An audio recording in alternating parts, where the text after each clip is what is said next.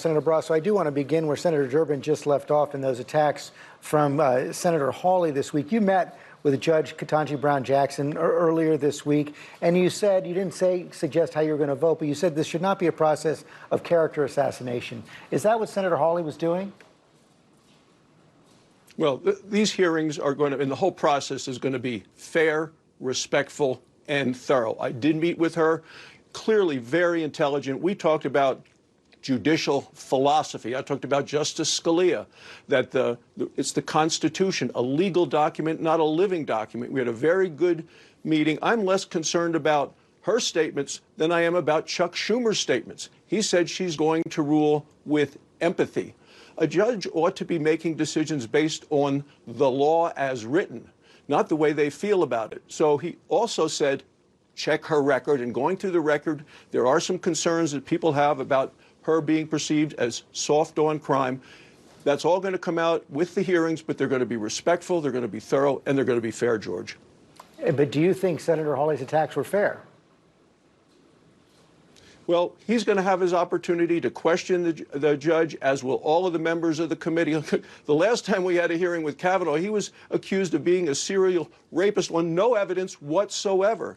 So I think that we're going to have a fair process and a respectful process, unlike what the Democrats did to Justice Kavanaugh. You also heard Senator Durbin on gas prices and inflation. Right there, he said it's clearly President Putin has to bear some of the blame. And he took on your comment about a climate elitist, saying we have to take climate change seriously. Is he wrong about that? Well, Joe Biden can't hide from the fact that he is the president of high gas prices, and they're looking for anyone to blame, whether it's Putin, whether it's Republicans, whether it's the energy companies, whether it's COVID. The Democrats have a very big problem with 40-year high inflation, highest gas prices ever. When Joe Biden came into office, it was $2.38 a gallon for gasoline. American families paid $1,000 more, George, for energy last year than the year before. And on polling last week, 70% of Americans say more American oil and gas and less emphasis on climate. Let's talk about the war in Ukraine. What should the United States be doing right now that it's not doing?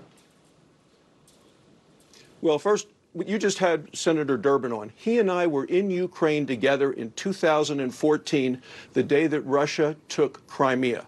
There's a bipartisan group of senators right now at the border between Poland and Ukraine. There is a bipartisan committed group in Washington committed to helping the heroic people of Ukraine. So proud of President Zelensky and the courage that he has shown. And in Congress, we are trying to get the administration on board to a level that we feel we've filled the void in a bipartisan way. The president has had to be pushed and pulled to where he is today. It was Congress that brought about sanctions, that brought about the ban on Russian oil, that brought about weapons, and all of this big aid package that I voted for a week or two ago, $13 billion. So far, the administration has only released $1 billion of that. And I think if they'd done more in sanctions, we might not have been in this situation if they had done punishing sanctions before the tanks began to roll. President Biden is going to NATO this week. He's going to NATO this week, and if he wants to lead from the front, and America lead from the front, rather than leading from behind, there are three specific things he needs to do, in my opinion, at NATO this week. What are the three specific things? Well, number one is he needs to tell NATO that we collectively are going to supply the people of Ukraine things that they know how to use, whether it's drones, planes, missile systems. Number two, he has to say that he is going to go from Brussels to the Eastern Front of NATO to show the resolve of NATO and the United States commitment as well.